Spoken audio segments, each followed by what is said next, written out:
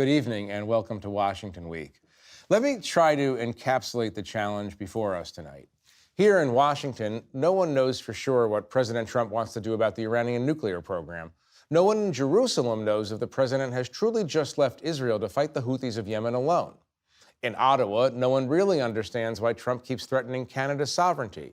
In Copenhagen, leaders are asking themselves if Trump would actually invade Greenland. And at the Vatican, one likely subject: how will the new American Pope get along with an American president not known for sharing the stage or the Pope's views on poverty and immigration? I'll try to unpack these mysteries tonight with my guests: Susan Glasser, a staff writer at The New Yorker. Asma Khalid is an NPR White House correspondent and co-hosts the NPR Politics podcast. David Sanger is a White House and national security correspondent at The New York Times. And Nancy Youssef is a national security correspondent at the Wall Street Journal. Okay, we have to go fast because there's a lot of countries to talk about. Let's talk about the biggest news of the week. And I recognize that the election of a new pope is a matter of supreme ecclesiastical import, but this is Washington Week, so we're just going to do the politics of it. I'm very sorry about that. So Pope Leo XIV is, among other things, an American on the world stage with far more followers than the entire MAGA movement combined. And so one of the questions I have is, how is this relationship going to work? So, I mean, the president was very kind about the new pope. He said, it's such a great honor for our country to have an American pope. I mean, what greater honor could there be? And we were a little bit surprised and very happy. It's just a great, absolutely great honor. It's sort of like America won Eurovision or something, but it's, you know, he was very generous about that. But I also want to take note of an article that the Pope, then Cardinal, recently posted. The headline that he posted was, J.D. Vance is wrong. Jesus doesn't ask us to rank our love for others. So let me start, David, let me start with you. Try to look out a little bit into the future. What do you think this relationship between the two most important Americans in the world is going to look like? Well, I think initially the president will probably treat him with enormous respect. And there'll be a visit, a big visit. And there'll be a big visit. And, you know, the president's going to have to, read up on the White Sox a little bit because this is a Chicago Pope after all. But there's all that commonality. The problem's going to be if the discussion ever turns to migration, if the discussion ever turns, as you said, to poverty issues.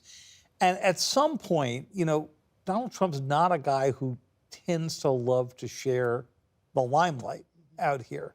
And I think the biggest problem's going to come if he thinks the Pope is beginning to talk to American voters in different ways than Donald Trump does. Right. Asma, do you think that part of the motivation on the part of the College of Cardinals was to have an American counterbalance to Trump? I mean, I know that there are people... I am not in the mind of the Cardinals. Well, I will say I very diligently listened to all of the live coverage. It was fascinating as the Muslim watching this all unfold. But I will say, look, I think regardless of intention, the result will be that you have a very loud, an American with a loud megaphone on a global stage that is not Donald Trump. And arguably, under any other circumstance, the American president would be the loudest, perhaps most popular American in the international arena.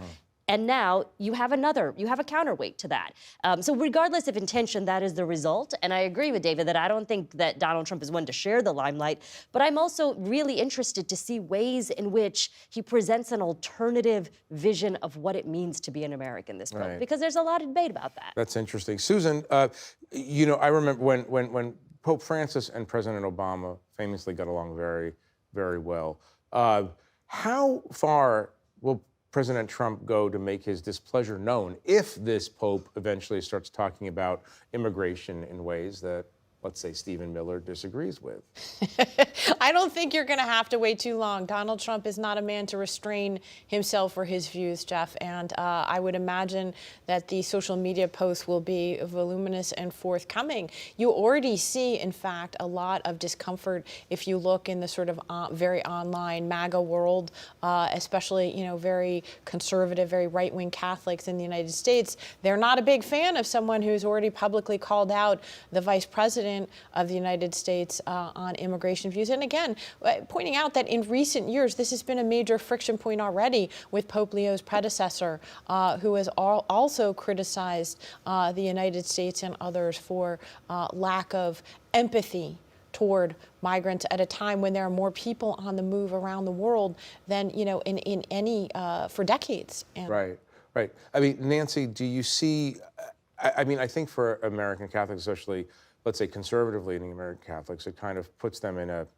exquisitely sensitive position. He's the leader of the church, he has an ecclesiastical role, obviously, but his politics seem to be very, very different. I mean, is this an electoral story, or am I being too parochial in my questioning about this? I don't know, because what was interesting to me is the church introduced him as the second pope from the Americas. They didn't introduce him as the first American pope, and I thought that was sort of interesting. Well, he has 2 decades or more in Peru. That's right. So he's very associated. He's an American polyglot. He's an American who's really spent a lot of time, as you note, in Peru and also in Italy. At the same time, to me, what was fascinating about it is how we speak about an American pope. Just 65 years ago, there was a question about whether Kennedy could be president, whether he would answer to the Pope. We have 6 of our 9 Supreme Court justices that are Catholic. And so to your question in terms of the influence that it'll have on the Catholic population here in the United States, I think he really personifies a church that was trying to sort of find a compromise between the vision that Francis had and some of the more conservative Catholic positions here in the United States. And so where he fits in that and how much he's able to resonate with American Catholics, I think is going to be very interesting. Right. It's going to be completely fascinating. We've never seen it. It really is historic, this decision by the church. I mean, there's things that we use the term historic lightly, but this is really quite a week in American history, and obviously the history of the church. And it's going to be fascinating to watch these 2 men circle each other and size each other up and figure out how to get their way with the other to some degree.